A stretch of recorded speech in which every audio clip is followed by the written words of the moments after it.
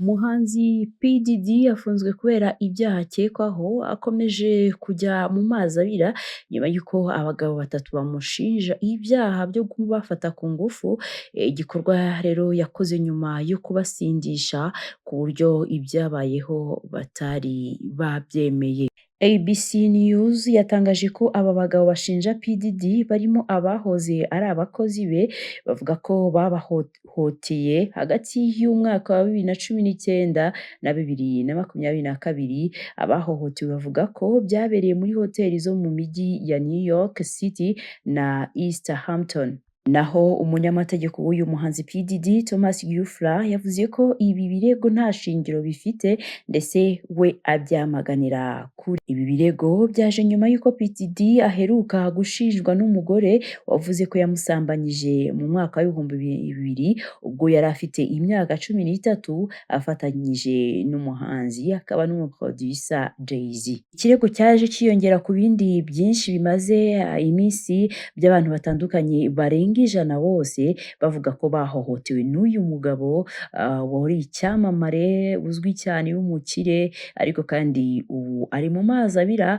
Kuri ubu ari mu maboko ataraye muri gereza kubera ibi byaha bikomeye ashinjwa. Mu makuru yagiye avugwa nuko yanatanze amafaranga menshi kugira ngo arekurwe abone ari hanze, ariko kubera ibyaha aregwa ntabwo bamwemereye kuburana ari hanze. Kuri ubu rero ibyo bikomeje kuzamba kubera gushinjwa ibyaha bitandukanye. P Diddy yafunzwe ku itariki 16 Nzeri uyu mwaka ahakana ibyaha aregwa byose. Nubwo bimeze gutya ariko urukiko rwanze ubugira gatatu ingwate ye yagiye atanga zingana na miliyoni 50 z'amadolari y'abanyamerika kugira ngo aburane ari hanze, ariko byaranze. Akurikiranweho ibyaha bitatu birimo gukoresha izina rye cyangwa igitinyiro agashora abantu mu busambanyi nyuma yo kubatera ubwoba, agasahura ndetse akanacuruza abantu mu bikorwa by'ubusambanyi. Umuraperi rero aramutse ahamwe n'ibi byaha ashobora gufungwa igifungo cy'imyaka 15 cyangwa se igifungo cya burundu. Aramutse ibi byaha bimuhamye ni ukuvuga ngo ashobora gufungwa hagati y'imyaka 15 no gufungwa burundu.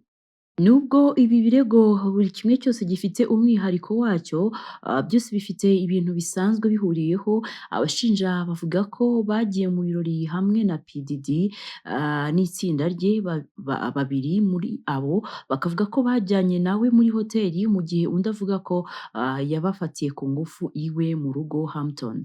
Aba bose uko ari batatu bavuga ko banyoye inzoga hamwe na P Diddy nyuma bagatangira kugira isereri bagahita batakaza ubwenge, ivuga ko bakangutse basanga Diddy ari kubafata ku ngufu. Umwe muri bo avuga ko icyo gikorwa cyafashwe amashusho n'inshuti ya Diddy maze agahabwa amadolari 2,500 nk'uko bivugwa muri dosiye. Abandi babiri ntibigeze bahabwa, abandi bo ntabwo bigeze bahabwa amafaranga. Aya madosiye mashya rero yongeye kuri byinshi Diddy asanzwe aregwa, nubwo bigaragara ko ibi byaha bishya ashinjwa byabaye mu myaka ya vuba.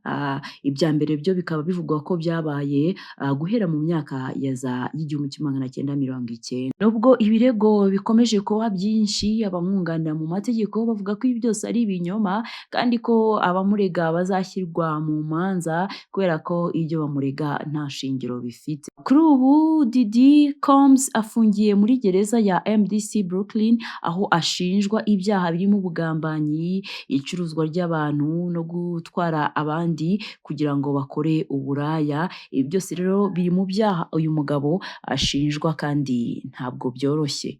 Mu zindi nkuru zirebana n'icyaha cyo gufata ku ngufu, umudamu witwa Giselle Pelicot ari kurega umugabo we avuga ko yatumye abagabo 72 bamufata ku ngufu. Giselle Pelicot w'imyaka 72 amaze kuba ikimenya bose mu Bufaransa no ku isi kubera kujyana mu nkiko uwahoze ari umugabo we Dominique Pelicot wamusambanyaga ku ngufu mu bihe bitandukanye, akanamuteza abandi bagabo barenga 72 ngo bamusambanye. Byamenyekanye muri Nzeri 2020 ubwo Dominique Pericot yafungwaga akurikiranyweho gufata ku ngufu umugore we Gisele Pericot. Inkuru ya Gisele Pericot yabanje gufatwa nk'ikinyoma kugeza igihe umugabo we yemereye urukiko ko yamusambanyaga ku ngufu ndetse akazana n'abandi bagabo ngo bamusambanye. Abantu rero nibwo baje kubyemera bemera ko koko uyu mugabo yahohoteraga umugore we, ikirenze kuri icyo kandi akazana n'abandi bagabo. Uyu mugabo rero yahawe izina ry'inyamaswa ya Avignon, yahise afungwa atangira kuburanishwa mu rukiko rwo mu mujyi wa Avignon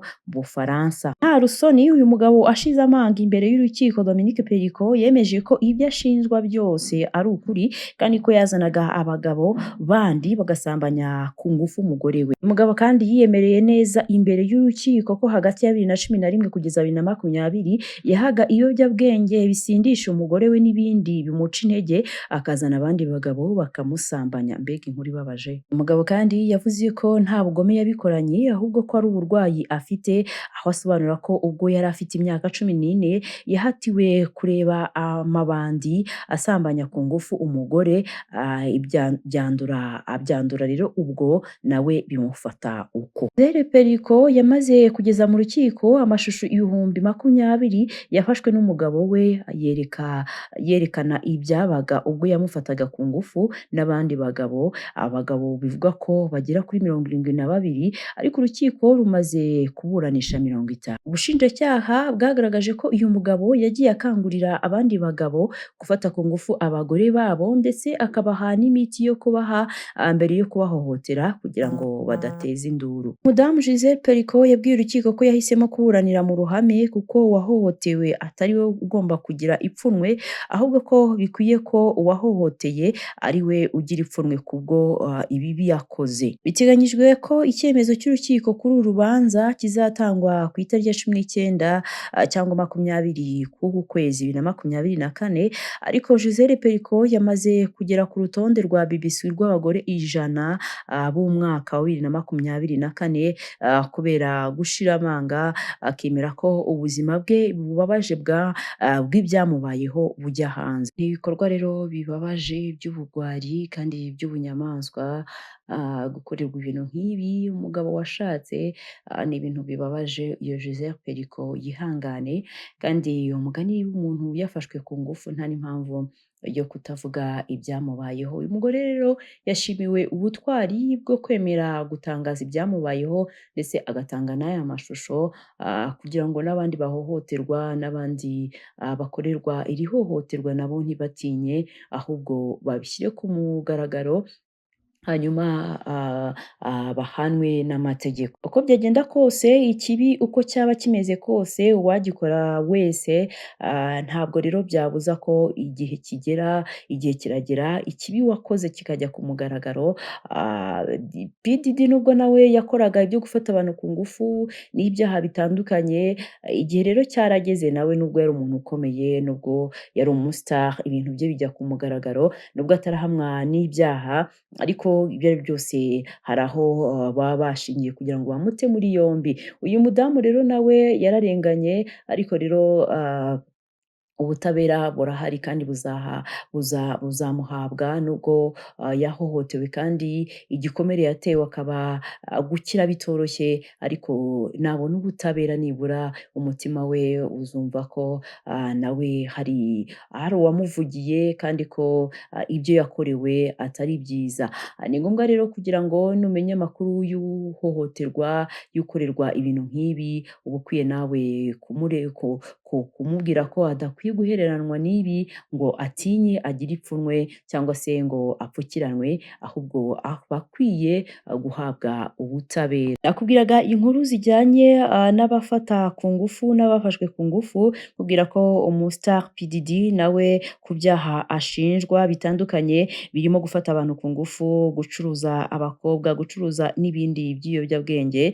Hongeyeho ibindi byaha by'abagabo 3 bamushinja ko ko yabafashe ku ngufu, ndetse akabanza no kubasindisha, kandi akaza kubafata ku ngufu nyuma. Uyu mudamu rero nawe witwa Gisele Pelicot ari kurega umugabo we mu rukiko, ndetse umugabo we arafunze, avuga ko umugabo we yamufataga ku ngufu ndetse akamuha n'imiti y'ibiyobyabwenge, imiti isindisha kugira ngo n'abandi bagabo baze bamufate ku ngufu, aho avuga ko abarenga 70, ubwo bavuga ko ari 72 bafashe ku ngufu uyu mudamu. Uyu mudamu kandi yazanye ibihamya by'amavideo agera ku bihumbi 2, uyu mugabo we rero amufata ku ngufu ndetse n'abandi bagabo. Ni inkuru rero zibabaje, ibi ntabwo ari ibintu byo gushyigikirwa, ni ibintu byo kurwanywa. Mwakoze kubana nanjye, iyi ni The Voice Live, nanjye ni Devote Uwase, mukomeze mugire ibihe byiza, Imana ibarinde, mwiyiteho, ndabakunda, ciao, bye bye.